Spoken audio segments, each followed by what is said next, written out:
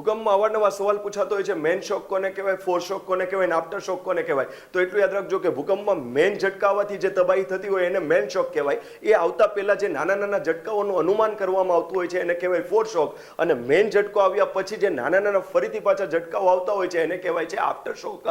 હવે તમને કોઈ કન્સેપ્ચ્યુઅલ એવું પૂછવામાં આવે કે આનું કારણ શું છે, તો એક્ઝામમાં વિધાનવાળા વાક્ય આવા રીતના તમારે સિલેક્ટ કરવાના. એટલું યાદ રાખો કે આવો સ્તર હોય એમાં ભંગ થાય એટલે કે ફોલ્ટ પડીને તૂટે ત્યારે ઉપર રહેલું જે કંપન આવે એને આપણે ધરતીકંપ કહીએ છીએ. પણ આ સ્તરભંગ ડાયરેક્ટ તો નહીં થઈ ગયું હોય, એની પહેલા જે નાનું નાનું સ્તરભંગ થવાની શરૂઆત થતી હશે ત્યારે જે ઝટકાઓ આવે એને કહેવાય ફોર શોક. એટલે કે સ્તરભંગ મેન થતા પહેલા જે નાના નાના ઝટકા આવે છે, પછી જ્યારે એકદમ સ્તરભંગ થઈ જાય ત્યારે જે ઝટકો આવે એને કહેવાય મેન શોક.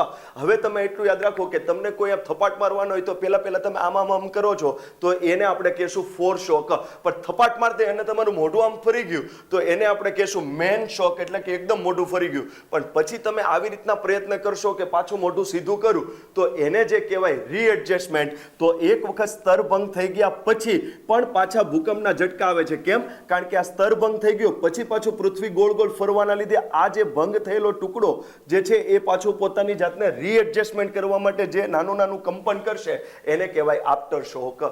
GK short.